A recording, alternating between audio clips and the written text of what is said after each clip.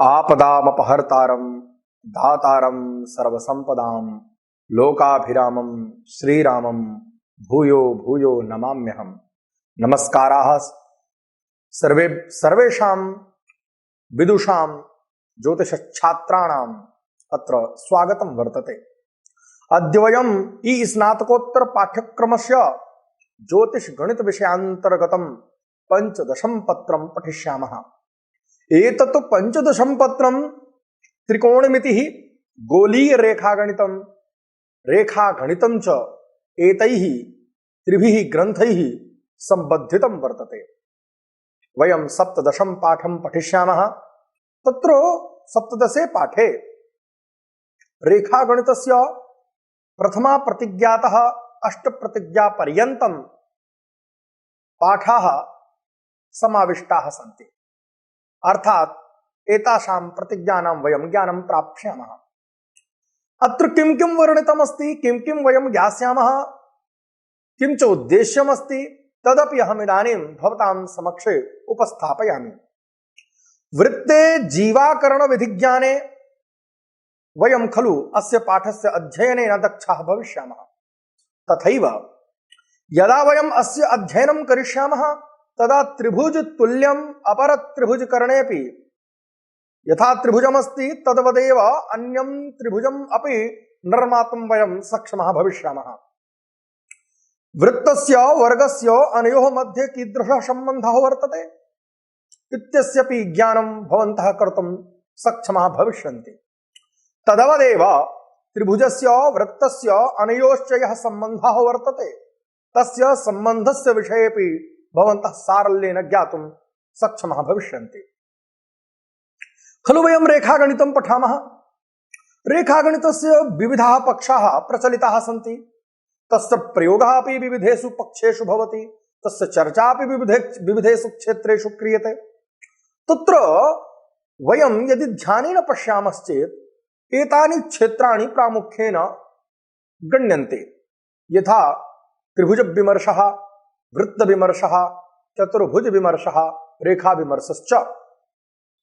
अस्मिन् अध्याये यदा वयं पठिष्यामः तदा ज्ञास्यामः यत् त्रिभुजस्य, वृत्तस्य, चतुर्भुजस्य च परस्परं कीदृशं सम्बन्धं कृतं वर्तते।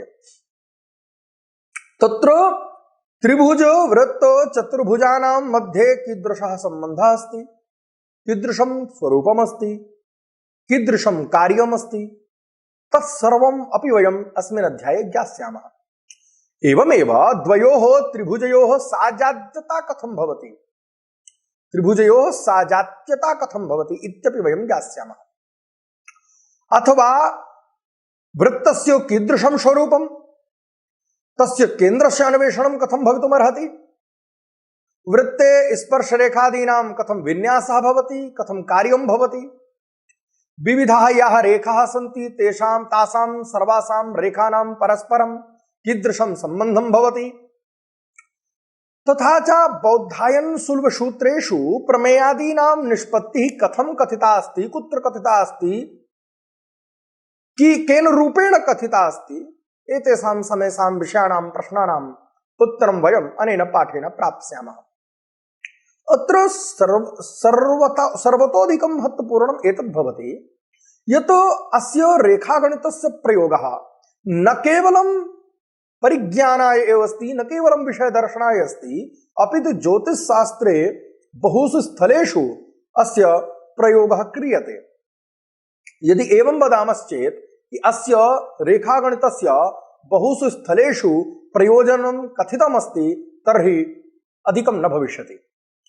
तर्हि यदि वयं रेखागणितस्य ज्योतिषशास्त्रे कुत्र कुत्र प्रयोगः भवति, कथं वा प्रयोगः भवति इति वदामि चेत् भवन्तः ध्यानेन शृण्वन्तु। रेखागणितस्य प्रयोगः यदा वयं त्रैराशिक अनुपातं कुर्मः तत्र भवति। यदा अक्षक्षेत्रादि क्षेत्राणां परस्परं साजात्यादि निरूपणं कुर्मः तत्रापि भवति। ग्रहाणां साधनं कुर्मः, ग्रहकर्णादीनां साधनं कुर्मः तत्रापि तस्य प्रयोगः भवति। एवमेव विविधक्षेत्राणां यदा निष्पत्तिं कुर्मश्चेत् तत्रापि रेखागणितस्य अस्य विषयस्य आवश्यकता भवति, परिज्ञानस्य आवश्यकता भवति। मन्ये तदर्थमेव भास्कराचार्यः गणितस्य द्विविधं स्वरूपं वक्ति खलु, एकं व्यक्तम् एकं च अव्यक्तम्।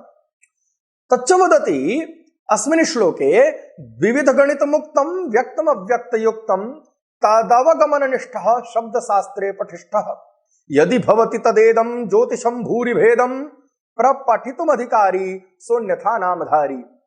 अर्थात सहजनः यः गणितं जानाति सैव ज्योतिष शास्त्रं पठितुम् अर्हः, अन्यथा केवलं नाम्ना एव सः कार्यं करिष्यति, ज्योतिषे प्रवेशं कर्तुं नार्हति। अस्मिन् समये रेखागणितस्य 8 एव अध्यायाः प्रायशः उपलभ्यन्ते।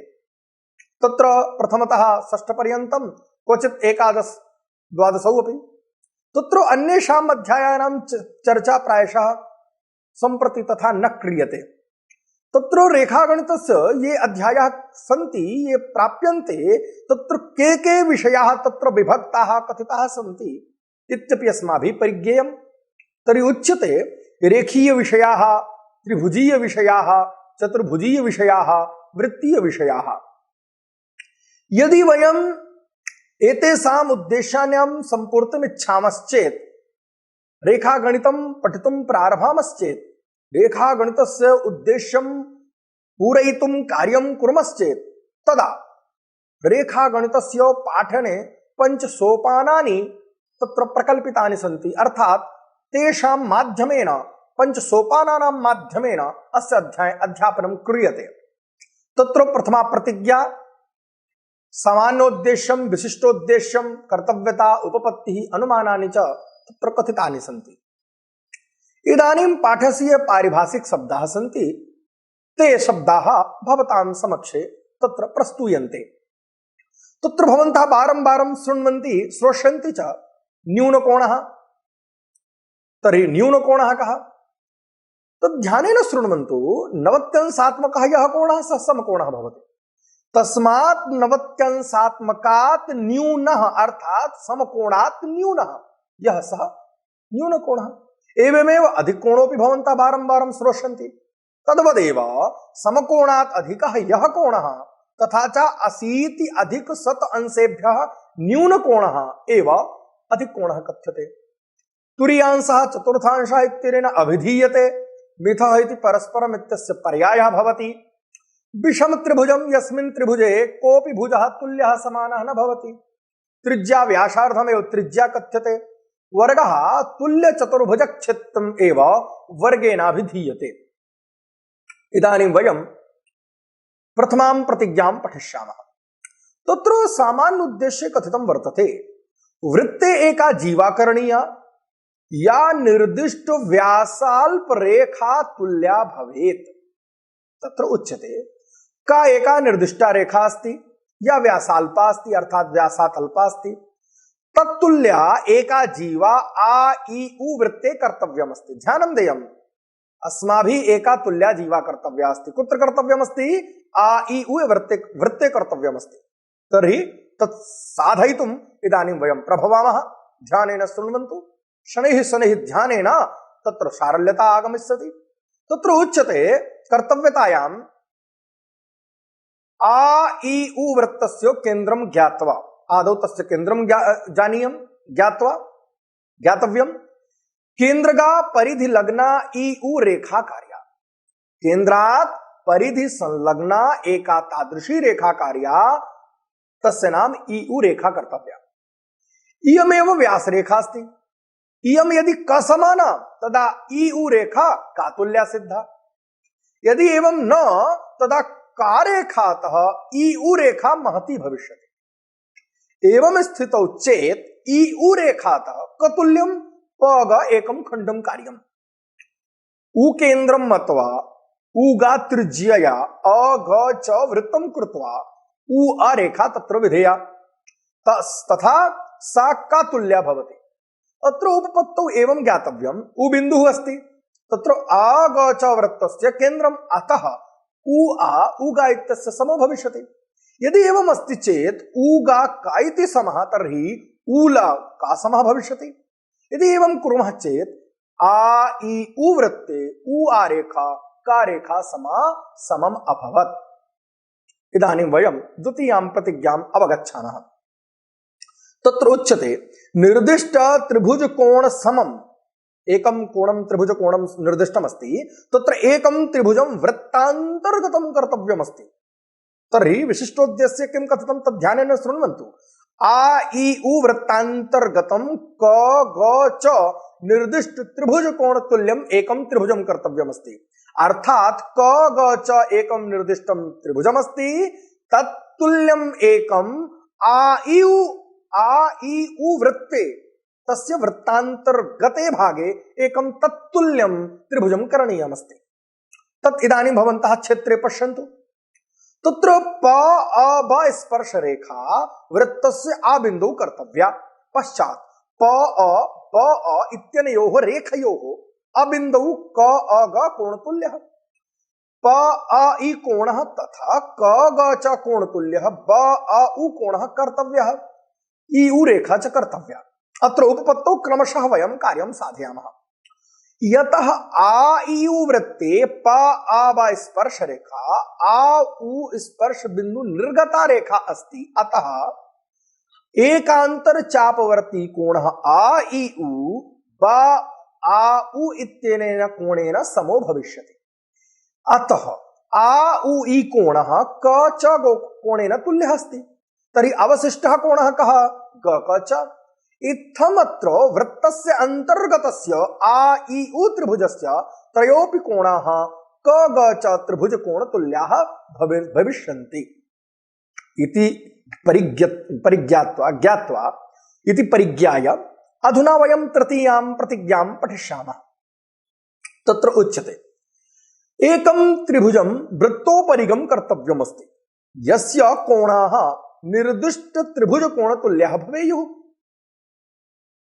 विशिष्टोद्देश्ये तत् सरलीक्रियते। कथ्यते आ इ उ एकं वृत्तमस्ति, तत्र क ग च एकं त्रिभुजं निर्दिष्टमस्ति, तत्र आ इ उ वृत्तोपरि एकं त्रिभुजं क ग च त्रिभुज कोणतुल्यं कर्तव्यमस्ति। यथा वयं द्वितीयायां प्रतिज्ञां पठितवन्तः तदवदेव अत्रापि कार्यं करणीयमस्ति। अस्य कर्तव्यतां पठामश्चेत् उच्यते निर्दिष्ट क ग च त्रिभुजस्य ग च भुजम उभय दिशि प ब बिंदु यावत् वर्धनीयम्। ध्यानं देयमस्ति। ग च यद् भुजमस्ति तत् उभय दिशि प ब बिन्दुं यावत् वर्धनीयम्। तत्र आ इ उ वृत्तस्य म केन्द्रं ज्ञात्वा म इ एका रेखा कार्या। म बिन्दौ क ग प कोणसमः इ म कोणः तथा क च ब कोणसमः इ म कोणः कर्तव्यः। एवमेव आ इ उ बिन्दुषु क्रमशः ल अ न इ स उ ल एताः स्पर्श रेखाः निर्मातव्याः।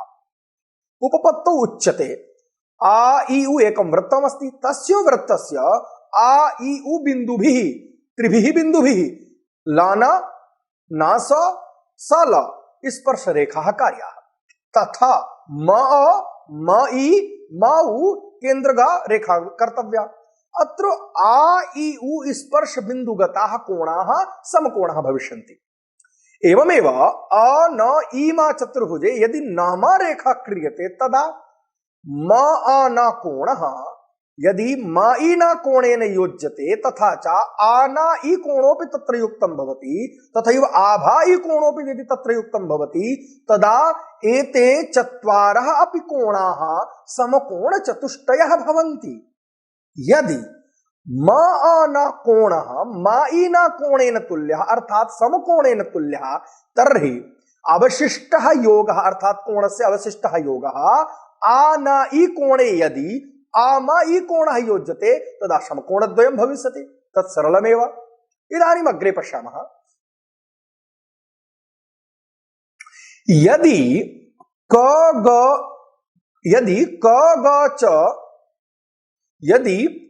ग च कोणः क ग प कोणेन योज्यते तदा समकोणद्वयं भविष्यति इत्यपि स्पष्टं। तर्हि चिन्तयन्तु आ न इ कोणः आ म इ कोणेन योज्यते, सः केन समः भविष्यति? सः समः भविष्यति का ग च कोणः यदा का ग प कोणेन योज्यते। यदि एवं तर्हि यदि आमायी कोणः कागापा कोणेन तुल्यः तर्हि आनायी कोणः अपि कागाचा कोणेन तुल्यः भविष्यति।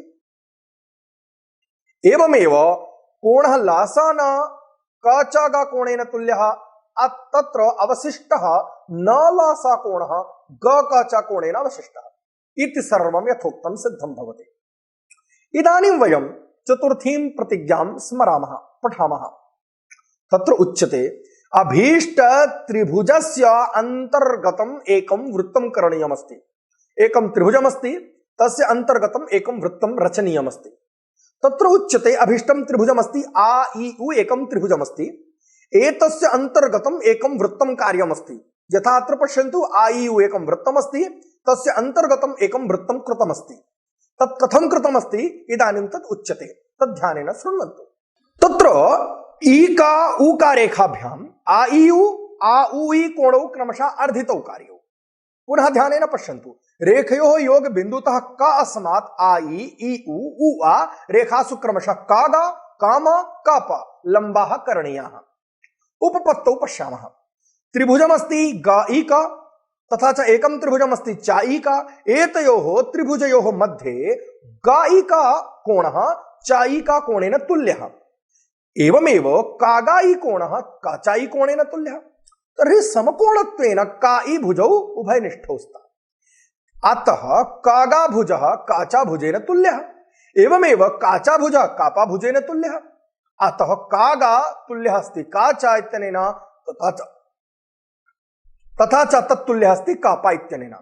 आसां काम अपि आसां रेखां त्रिज्यां प्रकल्प्य, कस्यामपि रेखायाम् एकां त्रिज्यां कल्पयन्तु, तस्यां त्रिज्यायां ककेन्द्रतः एकं वृत्तं करणीयम्। तदितर रेखाग्रभागी स्यात्। ग च प स्पर्शकोणानां समकोणत्वेन आ इ उ उ आ रेखा व्यासाग्रोपरि लंबरूपातः इमाः प्रत्ययं ग च प वृत्तस्य स्पर्शरेखाः सन्ति। अतः ग च प वृत्तं त्रिभुजान्तर्गतं सिद्धं भवति। इदानीं वयं पंचमीं प्रतिज्ञां पठिष्यामः, तद्ध्यानेन शृण्वन्तु। तत्र उच्यते अभीष्ट त्रिभुजस्य उपरि एकं वृत्तं करणीयमस्ति। एकम् अभीष्टं त्रिभुजमस्ति। किम् अभीष्टं त्रिभुजमस्ति? आ इ उ एकम् अभीष्टं त्रिभुजमस्ति, तस्य त्रिभुजस्य उपरि एकं वृत्तं करणीयमस्ति। ध्यानेन पश्यन्तु, इदानीं पूर्वस्मिन् वयं त्रिभुजस्य अन्तर्गतं वृत्तं रचितवन्तः। इदानीं वयं त्रिभुजस्य उपरि वृत्तं रचयिष्यामः।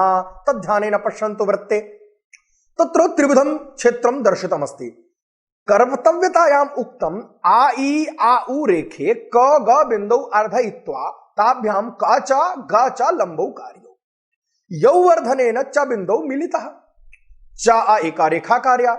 तत्र च बिन्दुः इ उ रेखायां यदि न भवेत् तदा इ च उ च रेखे कर्तव्ये स्तः।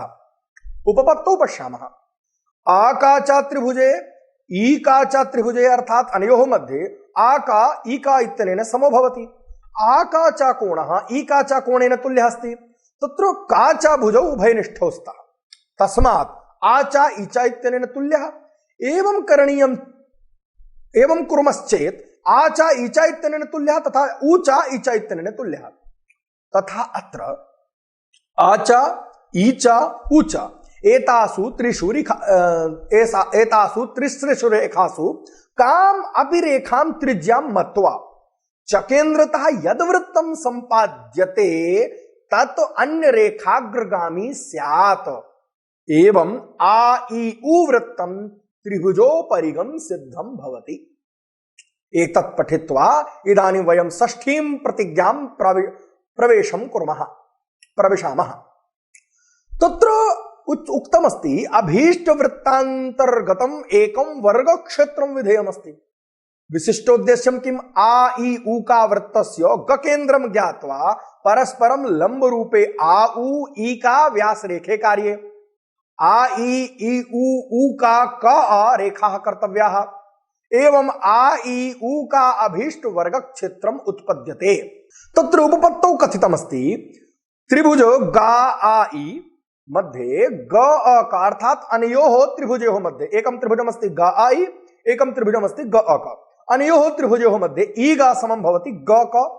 आगा ई कोण अग क कोणेन तुल्यः अर्थात उभयत्रापि ग अ भुजस्तः भुजौस्तः अर्थात भुजौ उभयनिष्ठ अतः ईया आका इत्यनेन तुल्यम् एवमेव प्रकारेण ई उ ईया इत्यनेन तुल्यः तथा च ऊ का आ इत्यनेन तुल्यः तस्मात् आ ई ऊ का समभुजं त्रिभुजं चतुर्भुजं आ ई ऊ का समभुजं चतुर्भुजं सिद्धं भवति ई का व्यास रेखातः ई अ क वृत्तार्धं यत्र कोणः ई आ का समकोणेन तुल्यः भवति एवमेव कोणः आ ई उ का कोणेन तुल्यः भवति तत् सोपि ऊ का आ कोणेन तुल्यः भवति अर्थात एते सर्वेपि समकोणाख्याः भवन्ति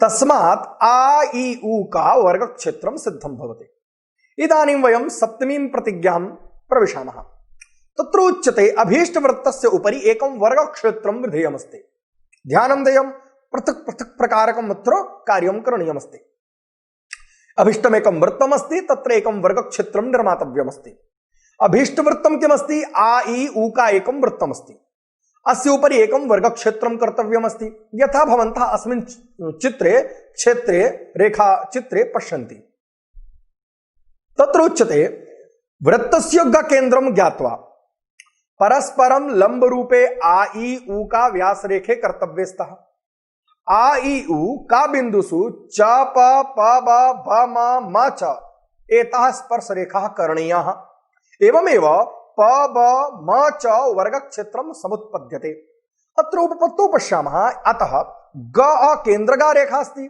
आ स्पर्श बिंदौ लंबभूता अस्ति अतः प आगा कोणः च आपा कोणेन तुल्यः अर्थात उभौ अपि कोणौ समकोणाख्यौ स्तः एवमेव ई उ का बिंदुगत कोणयोः योगः समकोणद्वयाख्यः इति तत्र आगाई कोणः गायिपा कोणेन तुल्यः अतः समकोणः एवमेव आ ई पावा रेखे समानान्तरे तथैव आ उ चामा रेखेपि समानान्तरे एवमेव पा च भा म प्रत्येक रेखयोः समानान्तरा ईका रेखा भवति तस्मात् प म पा उ आ म जा ई म एताः रेखाः अर्थात् चतुर्भुजां सिद्ध्यन्ति एताः रेखाः समानान्तराणि सिद्ध्यन्ति अतः प च वामा समः प ब चामा समः अर्थात चत्वारोपि समाः यदि आ उ ईका समः तथा आ उ पाबा समः तो सोपि चामा समः तथा ईका पाचा समः सोपि बामा समः अतः पाबा समः चामा पाचा समः बामा अर्थात एते चत्वारोपि समाख्याः अतः चतुर्भुजं यदस्ति किमस्ति च प ब म समानान्तरं चतुर्भुजं निष्पन्नं भवति अत्र आगायी कोणः आपायी समाख्या अर्थात उभौ अपि समकोणौ स्तः एवमेव प्रकारेण ब म च बिंदुगतानां कोणानां समकोणत्वम् उपजायते अतः च प ब म वर्गक्षेत्रं निर्मितं भवति अर्थात वृत्तस्योपरि वर्गक्षेत्रं निर्मितं भवति इदानीं वयम् अभीष्टाम् अष्टमीं प्रतिज्ञां पठिष्यामः तत्र उच्यते अभीष्टवर्गक्षेत्रान्तर्गतम् एकं वृत्तं विधेयमस्ति ध्यानेन पश्यन्तु तत्र वृत्तस्य उपरि एकं वर्गक्षेत्रं निर्मातव्यमासीत् अधुना वर्गक्षेत्रान्तर्गतम् एकं वृत्तं निर्मातव्यमस्ति तत्र उच्यते अभीष्टवर्गक्षेत्रं किम् आ ई उ का एकं वर्गक्षेत्रमस्ति अस्य अन्तर्गतम् एकं वृत्तं करणीयमस्ति तस्य स्वरूपम् इदानीं वयं पश्यामः भवतां समक्षे तत्स्वरूपं स्थाप्यते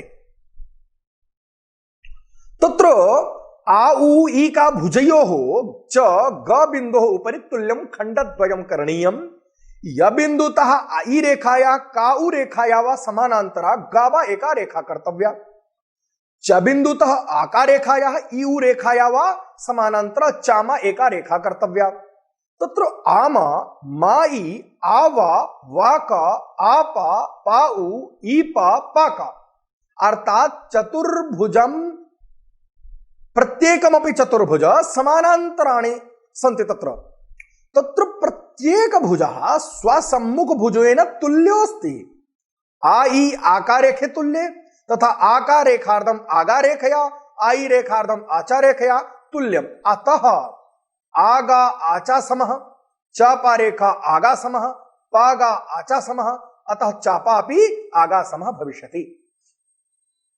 एवं अग्रे पश्यामः तदा ज्ञायते पाला पामा समः पामा पागा समः पागा अपि पाचा समः इति सर्वाः तुल्याः सर्वाः अपि रेखाः तुल्याः एव सन्ति। अस्यां कामपि त्रिज्यां प्रकल्प्य पकेन्द्रात् एकं वृत्तं करणीयम् आपारेखाग्रस्पर्शकरं तद् भविष्यति। ग च भ म बिन्दुगत कोणानां समकोणतया तद् बिन्दुरूप व्यास प्रान्तेभ्यः विधीयमानानां लम्बानां स्पर्श रेखात्वेन च आ इ उ उका क एताः चतस्रः रेखाः स्पर्श रेखाः जाताः। अतः आ इ उ का वर्ग क्षेत्रांतर्गतम एकं वृत्तम उत्पन्नम अस्ति। अत्र किमभीष्टमासीत् वर्ग क्षेत्रांतर्गतम एकं वृत्तं रचनीयम् अस्ति तदस्ति आ इ उ का वर्ग क्षेत्रांतर्गतम एतद् वृत्तम्। भो छात्राः वयं यत्किमपि अधीतवन्तः तस्य इदानीं सारांशम् अहं वच्मि। वयं किं किम् अधीतवन्तः स्मरन्तु।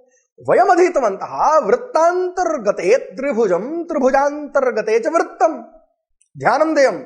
वृत्तस्य अन्तर्गतम् एकं त्रिभुजं रचनीयं त्रिभुजान्तर्गते एकं वृत्तं रचनीयम्। एतत् वयं रेखागणितीय दृष्ट्या सरलतया कथं कर्तुं शक्नुमः इति वयं ज्ञातवन्तः। एवमेव समत्रिभुजे चतुर्भुजस्य वृत्तनिर्माणं समत्रिभुजे वृत्तस्य निर्माणं चतुर्भुजे च वृत्तस्य निर्माणम् इति कथं कर्तव्यम् इत्यपि वयं ज्ञातवन्तः।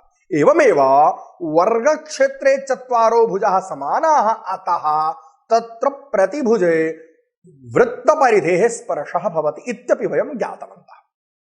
तथैव वयं ज्ञातवन्तः वृत्तत्रिभुज चतुर्भुजानां त्रयाणामपि परस्परं कश्चन अन्तःसम्बन्धः भवत्येव।